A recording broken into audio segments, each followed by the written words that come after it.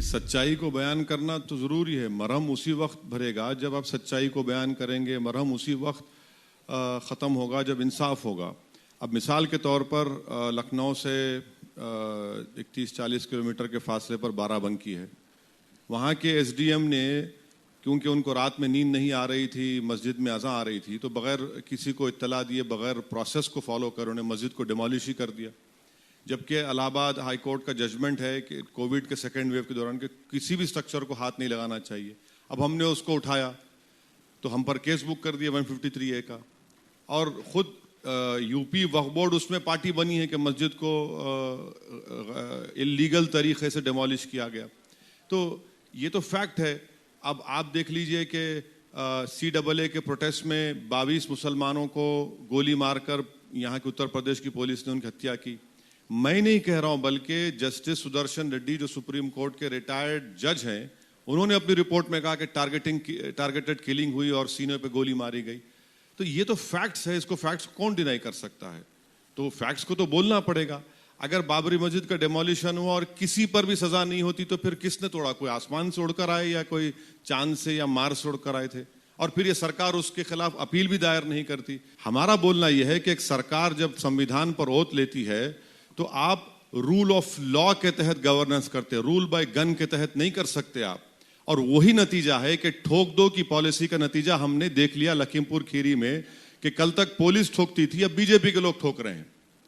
तो ये अगर आप ये माइंडसेट आपका होगा कि हम जो बोलेंगे, असेंबली में खड़े होकर मुख्यमंत्री ने कहा कि ठोक देंगे, अरे क्यों ठोकेंगे भाई आप? तो फिर अदालत किस लिए है, कोर्ट किस लिए है, पुलिस किस लिए है? अगर आप खुद जज और जूरी बन जाएंगे तो फिर संविधान क्या करेंगे? संविधान को तो फिर आपको डस्टबिन में डालना पड़ेगा। बहुत सुनना पड़ेगा, जिंदगी भर सुनना पड़ेगा। हम यहाँ पर सिर्फ चुनाव लड़ने के लिए नहीं आए, बल्कि जब तक जिंदा रहेंगे आते रहेंगे, यूपी में, पूरे भारत में जाते रहेंगे। अच्छा है ना, सुनिए ना, तो इतनी तकलीफ क्यों होती है हमारा नाम सुनने के बाद? जो पॉलिटिकल सेकुलरिज्म है वो धोखा देने के लिए इस्तेमाल होता है, उसकी कोई वैल्यू मेरे पास नहीं है। अब आप मुसलमानों के बात कर रहे हैं भाई, तो फिर नरेंद्र मोदी ने जो कैबिनेट में बाघेल साहब को क्यों बनाया, अनुप्रिया पटेल क्यों बनाया? सेकुलरिज्म के लिए बनाया या वोट लेने के लिए बनाया? योगी आदित्यनाथ ने अपनी कैबिनेट में तब्दीली की, क्यों किया? पूरे समाज को वोट दिया, क्योंकि उस समाज का वोट चाहिए। क्यों वोट चाहिए? सत्ता करने के लिए ना। और वो समाज क्यों वोट देगा उनको? कि उनको लगता है कि भाई हमारा प्रॉब्लम होगा।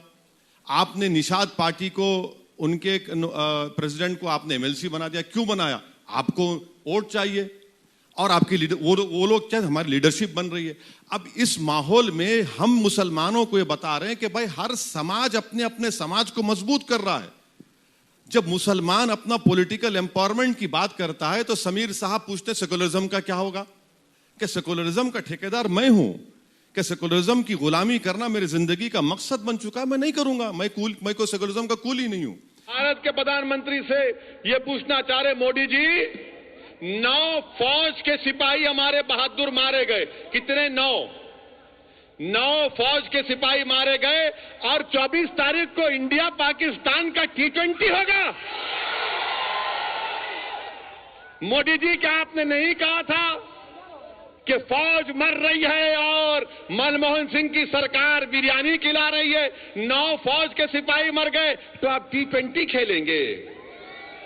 पाकिस्तान कश्मीर में T20 खेल रहा है भारत के लोगों के जानों से। बिहार के करीब काम करने वालों का कत्ल हो रहा है, टारगेटेड किलिंग हो रही है। क्या कर रही है IB, अमित शाह?